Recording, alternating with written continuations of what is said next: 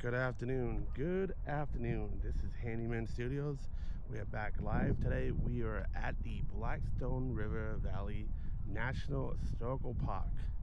Today the hours are guided tours from 10:30 a.m. to 12:30 to 2:30 p.m. They're open today from 10 to 4 if you want to visit. They're gonna have more tours though up soon, so stay tuned for that.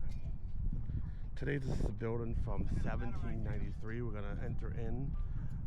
This was a lot of stuff that happened back in the early 18 to the early century.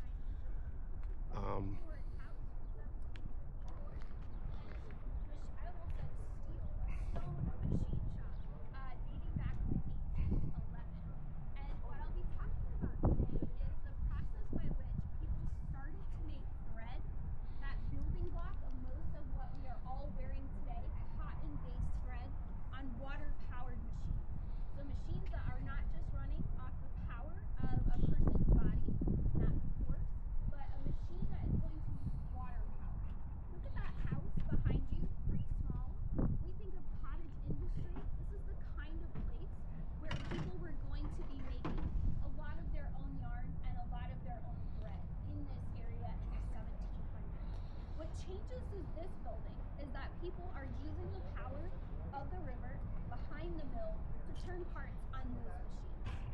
The other reason why this site is so important in U.S. history is within that stone building, people made more machines for more mills. We think of the Industrial Revolution and the early days of that social change. They had just been able to make one thing that would not be a revolution. Henry Ford made one car. It's not a revolution. It's the process of being able to make things over and over the same and being able to make lots of them.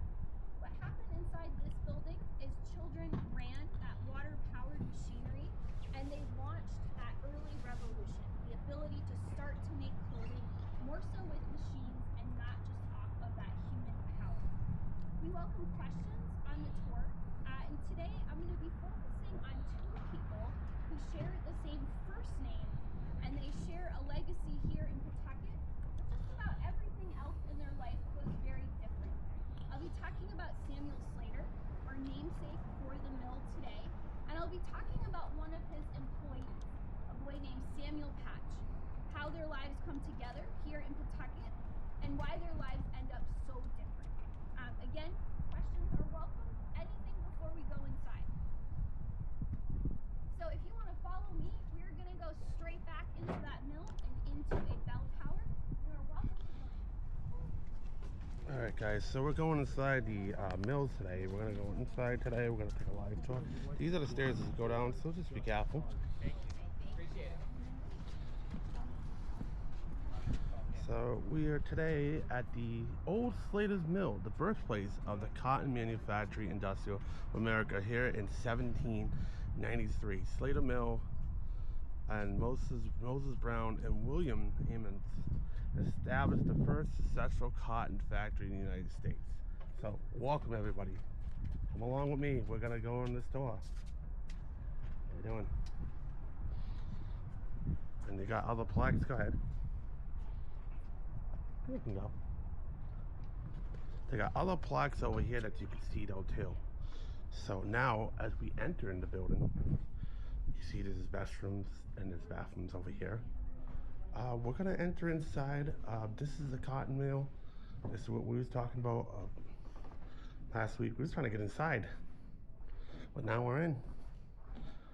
How you doing? Good, how are you? Not too bad. You want to see my videos? I'm Handyman Studios. I think I talked to you the other day. Oh, very cool. Welcome. On YouTube. Oh, nice. So, if you guys want to see it, Handyman Studio 68, and you can go see my work on there. I'm not going to have this all posted up probably at the end of the day today. Oh, great. Awesome. Well, enjoy the tour. Thank you. Okay, so as we enter, guys, we see a lot of machinery here. Cool machinery, huh? This is a machine that I was actually talking about, the child labor. When the children are in here, okay, these machines are going back and forth, back and forth, back and forth. Now, if one of the threads got stuck, and one of those children back there, they get crushed in one of these machines. So So on the warehouse floor, where it all begun. And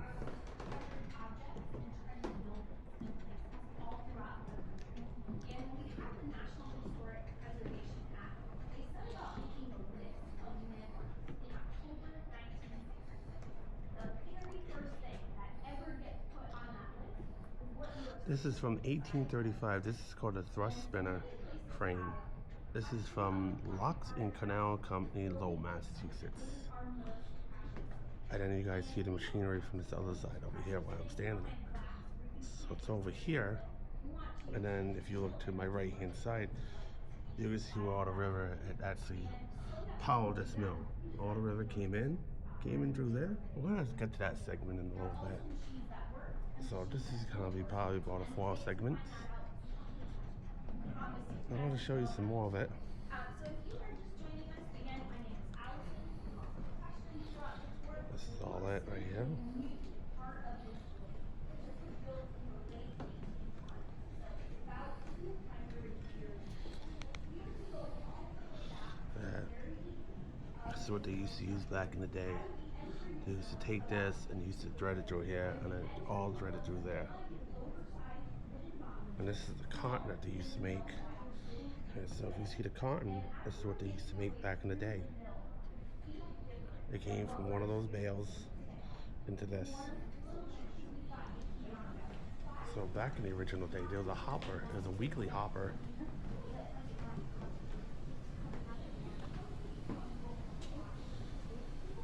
And there's a weekly hopper right there. And if you guys look outside of this mill, this is a very old mill. That is what powered this mill complex to actually work. The power water guys. Alright. I wish people stop texting me. Stop texting me because I don't care. So obviously, as you come over here, you can see that there's actually cotton pickers that used to be in the field. This was actually slavery back in the day. It's been known as the field work of the Industrial Revolution back in the 1800s. It was actually known as slavery back then. That's something to go over though, but I know it's a very touchy subject though to go over though, but that's what they used to do. They used to have this down in the South. I'll have more information for you guys on that topic though, but that's where they used to be. So North Carolina, South Carolina, Georgia, down in the South, all between the South, there used to be slavery back down there. Now the North was more of the North was more about freedom, okay? They actually had the railroad system that actually, you guys probably know about the railroad system. So, this is more of the cotton over here. This is what it looked like right here.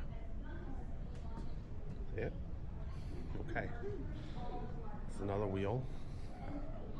Now, I don't know what this wheel is all about. I'm not sure if this was a wheel to go put the cotton through. It would go through here, probably this machine. I can imagine it gets pulverized and it comes out to that over there. And then this is another machine.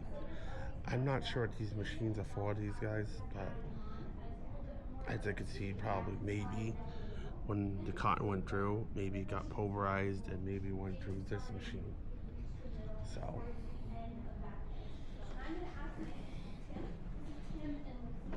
Their first day going on tour, so ask them the really hard questions. And then if you guys can, I see this map in front of me. You guys can see this is a map from way back when. There's a river, there we are. The mill is over there. This is all different though.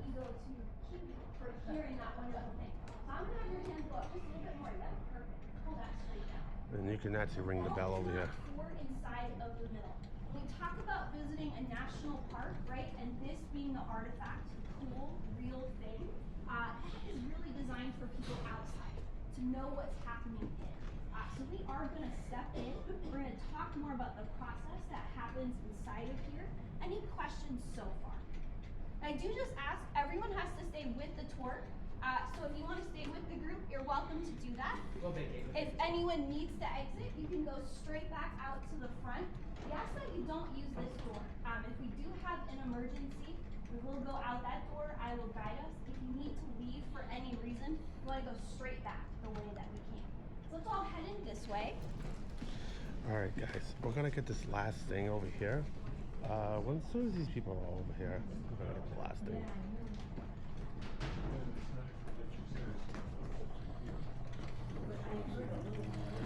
Okay, so this is the wheel that was spinning all of the mills. This is running the power right here. This is pretty cool. They actually have a little Lego setup over here.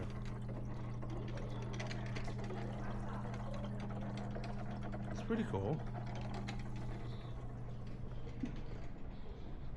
So there's a bell with the rope. You come over here and you sit down, and you can actually ring the bell up here. You actually pull this rope and you ring it. It goes all the way to the top. It's pretty cool.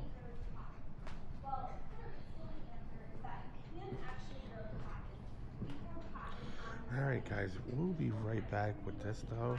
This is inside the mill. We're inside the mill of 1793. This is a small thing of it though, but we just wanted to show you how the ins and outs of this works. So this is Handyman Studios. I'm signing off for now. We're gonna go more outside to in depth. I'm not sure if we could take a tour upstairs. I'm not sure if that's blocked off, but there is a stairway going up upstairs, but you guys can see the river over there. I'm not even sure if I can even get to that window. And then this is the river over here. That's where the water comes out over there. Well, if you guys see the river, it comes in through here, and it used to run the mill. Now downstairs in the basement, we have more of the basement though too to look at. Now, supposedly down in the basement though, guys, there is an evil entity down there that's supposed to scratch you and supposed to make you feel a lot of stuff. Oh, this is more of the cotton over here though too. And this is where we're gonna be out there. We're gonna try to get into that other building today, guys, so stick around, don't go nowhere. We'll be right back with Handyman Studios. Thank you for watching today, and we'll see you in a little bit. Thank you.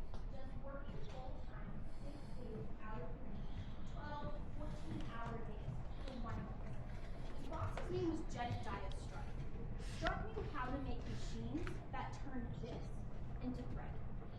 Usually around your wrist or anywhere around a collar, a button, you look for places that have stitching, lines of thread on your clothing. Beautifully done right around this part, right, of your jacket right there. So it's keeping your beautiful patches on your jacket. For me, it's on all of the buttons on my gray shirt. That is cotton thread. And Jedediah Strutt knows how to make machines that made cotton thread. Hires Samuel Slater when he's about 12, and Slater agrees to do 8 years of work for him. 7.5 years, he does so well, he finishes his agreement. But Slater ends up breaking the contract he had with Strutt. He said when he was 12 that he would never leave England, and the word was divulge. He would never divulge, give away the secrets of how to run these machines. Slater does that by going to New York. And when Slater gets to New York, he's telling everyone, I can make thread out of cotton for you. I know how to make the machines. How much would you trust Samuel Slater? Not much. No one does. You would be in New York or Philadelphia if they trusted him. Samuel Slater learns about two merchants, two people who sell things in Rhode Island, named Moses Brown and William Almond.